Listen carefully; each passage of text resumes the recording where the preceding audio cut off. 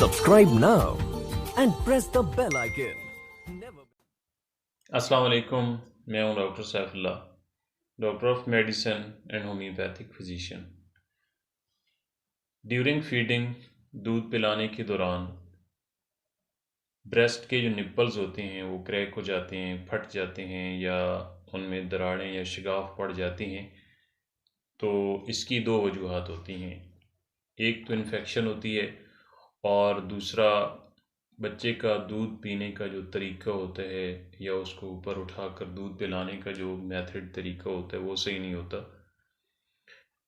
बच्चे को ऊपर उठाकर उसका सर जो होता है वो पिस्तान के बराबर करें और निप्पल और उसकी नाक जो होती है वो बराबर हो जाएं, उसके सर को ऊपर से ऊपर उठाकर।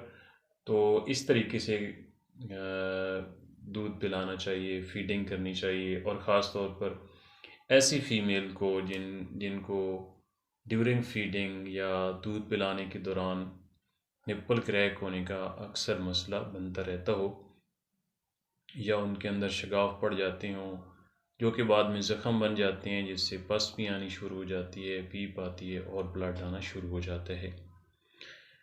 और ख़ास तौर पर इसके दो तरीके होते हैं।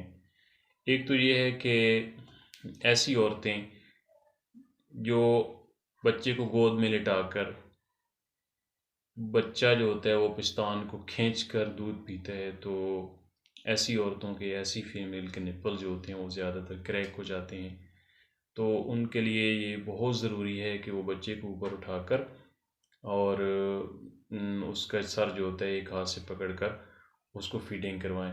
और दूसरा ये होता है कि जिन फीमेल्स के निप्पल क्रैक होते हैं तो वो अपने ब्रेस्ट को अपने हाथों से पकड़कर जो निप्पल होते हैं उसको बच्चे के मुंह में डालें और बच्चे का सर जो होता है वो पीछे से पकड़ कर रखें। तो इसकी वजह से जो निप्पल होते हैं वो भी क्रैक नहीं होती और इससे वो बच सकती हैं।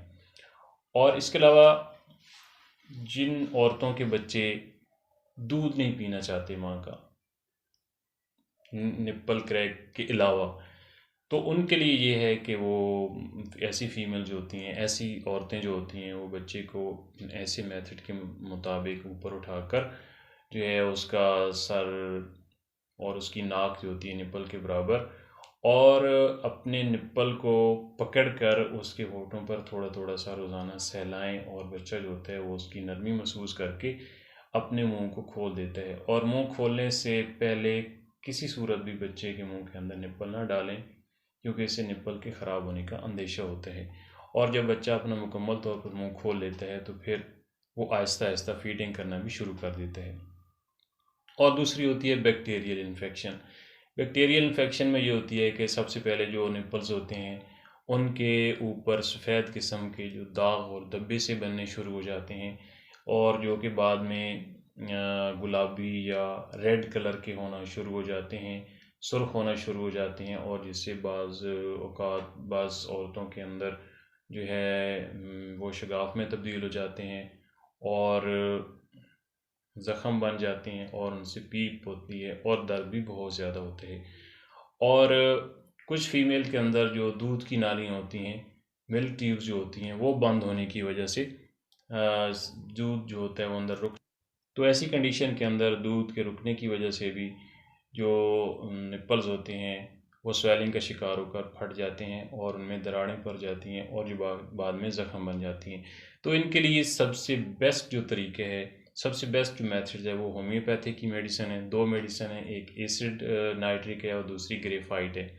ये 30 पोटेंसी में लेकर इनके 4-4 ड्राप सुबह दोपहर शाम इस्तेमाल करें तो बहुत जल्द 1-2 दिन के अंदर मुकम्मल तौर पर जो ये मसला होता है निप्पल क्रैक का वो ठीक हो जाते हैं।